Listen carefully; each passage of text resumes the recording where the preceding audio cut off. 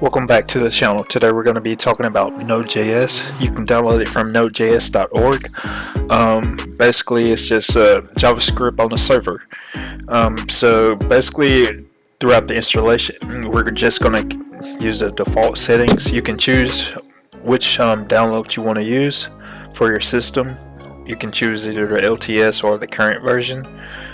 I'm choosing the current version, but that's basically what we're going to be working on in this section.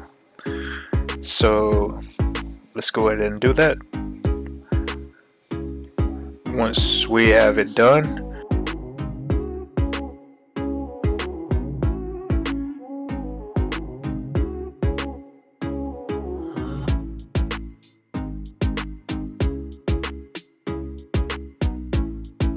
after it's loaded, we're going to go to our terminal,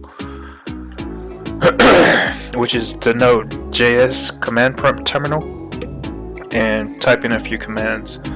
The first one we're going to type in is node-v, which is going to give our current version of the package node we have, and we can also check our npm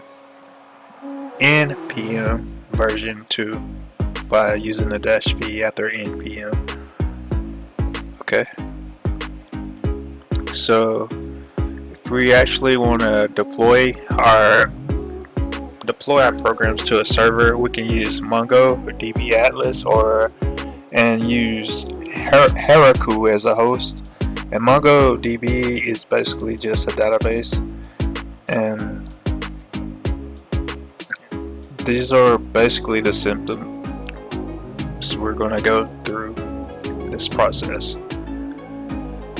If you like what you see, leave a like on the video and subscribe. I'll see you next time.